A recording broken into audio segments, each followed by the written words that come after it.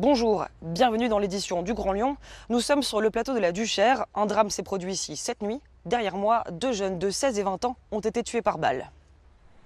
La fusillade a eu lieu il y a quelques heures. Les habitants du quartier se rassemblent devant la barre d'immeuble rue Sakharov, là où les corps ont été retrouvés. Le sentiment que tous partagent ici. Insécurité et inquiétude. On a des enfants de bas âge. Moi, ma fille aujourd'hui, elle ne voulait pas aller à l'école, elle ne voulait même pas descendre. Là, j'ai parlé avec le monsieur, elle m'a dit est-ce qu'ils l'ont emmené ou pas. Elle a traumatisé toute la nuit, pourtant on n'a rien vu. Mais juste l'attroupement, l'écouter, la cervelle par terre, comme ça, tout ce qu'elle entend, elle le magazine et puis une nuit agitée. Aujourd'hui, je l'ai gardé à la maison, par exemple.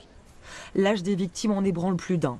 Priscilla Kali est mère de famille. Elle connaissait de vue un des jeunes hommes abattus. Il y a quelques années, ils étaient dans le même collège. J'ai vu qu'il y avait deux morts et deux blessés.